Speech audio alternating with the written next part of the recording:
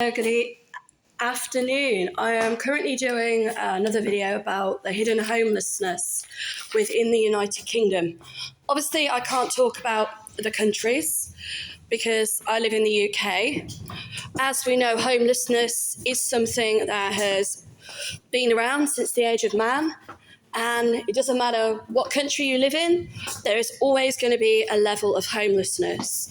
Now, for anonymity reasons, obviously, I am not going to say which storage unit I'm using, as this isn't also, it's not a thing to do with paid photography or as a paid video.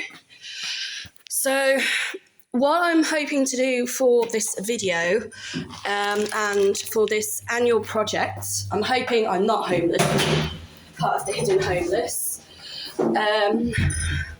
for another year of my life, but as I know, that will be the case, because people always seem to have a misconception as to what homelessness really actually means, or what is even hidden homelessness.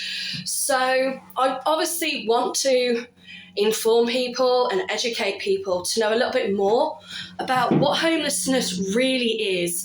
And I'm talking like not just the dictionary definition of homelessness, but also what your local council or the local government, mine being the United Kingdom, may class as being homeless.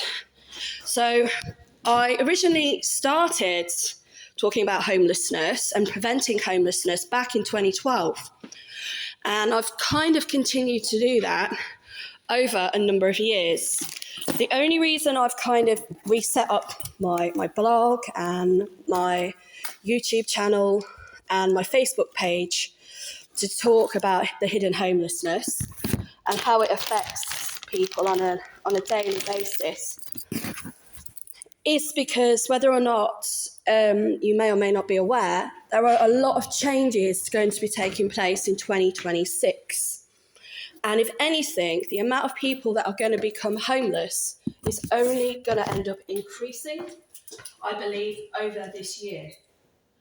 So when I talk about homelessness, obviously I am trying not to discriminate anyone or insult anybody, but I'm trying to give people an idea and a more clear understanding about what homelessness is. Now, in 2012, 13 and 14, around that period, I lived on a narrowboat. And again, that is a type of accommodation which people will say, oh, that's not being homeless, that's an alternative lifestyle. No.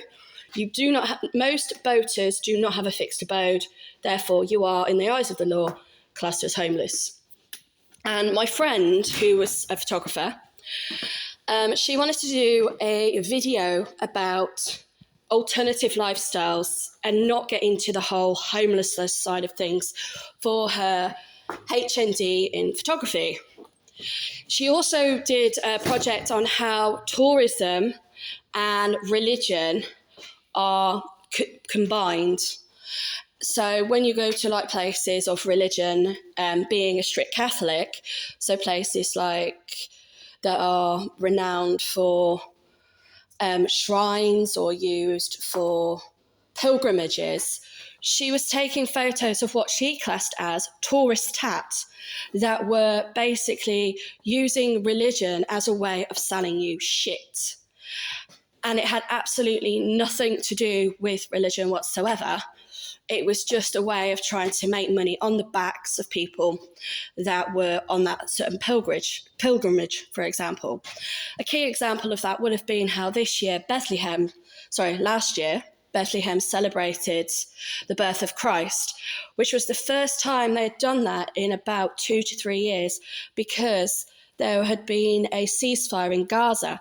And again, when you saw it on the national television, Bethlehem, it didn't look to me like a religious place. It didn't look like a place that people were going to show humility or to celebrate the birth of, if they were Christian, Muslim, Sikh, Hindu, Jewish, whatever. It looked like a carnival fairground, in my opinion, and it really put me off. Bethlehem is somewhere I've always wanted to go, not because I'm religious or overly religious, just because I was curious as to what it was like, when it's not commercialized around religious ceremonies such as Easter, Christmas, which originally would have been pagan ceremonies, not Christian ones. So one of the lovely joys of hidden homelessness is, where do people who obviously end up being homeless or being part of being hidden homeless, where do we put our stuff? And the answer is a storage container like this. You're probably looking at all this stuff and thinking, fucking hell, how the hell has this person managed to accumulate this much crap in their life? But what you've got to realise is, we had lockdown.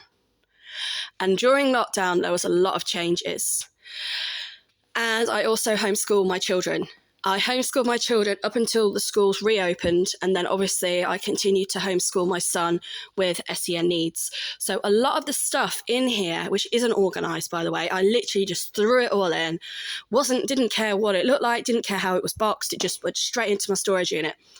I now painstakingly am at the point where my Section 21 may have potentially been suspended again. So I've going to use today to try and sort out the wheat from the chaff. And it is shocking. It is shocking to think that over the 40 years that I have been in adulthood, say 25 years I've been in adulthood, that I have accumulated this much shit. And it is because I don't live a nomadic lifestyle anymore. I was in bricks and mortar for a decade with my family, with my children. And part of me just thinks, you know what, do I really need this crap? Why have I kept it? But then because I'm constantly having the DWP and my local borough council letting me down and demanding medical evidence, which, yes, I know I could probably get straight away if I use the NHS portal or whatever, but they are wanting hard copies of, when were you last on disability living allowance? When were you last on PIP? What was your last address? Because they are bullshitting me, just like they do most people, I suspect, and lying and saying they do not have these documents on file. So, again, I just feel like a bit like a tortoise with the amount of stuff I have to carry around with me on a daily basis. And if anyone has seen the movie Up in the Air, the guy lives in his backpack with George Clooney, you'll know what I mean. But then Eat, Pray, Love, I'm not a fan of the film, I'm not a fan of the book. But even she puts her life into storage before she goes off on this year quest to kind of discover herself. Whereas with me, due to constantly being made homeless and living a nomadic and homeless lifestyle, a hidden homeless lifestyle, should I add, I have no choice, but if anything I want to keep, I have to store it, because I do not have anywhere else for it to be. So I'm going to painstakingly, like I said, go through everything and sort out the wheat from the chaff. And I'm sorry if this has shocked people, but when you move house, if there's anything you want to keep and you think to yourself, all right, I'm moving house, let's put my stuff into storage while I'm moving house, or put it in a room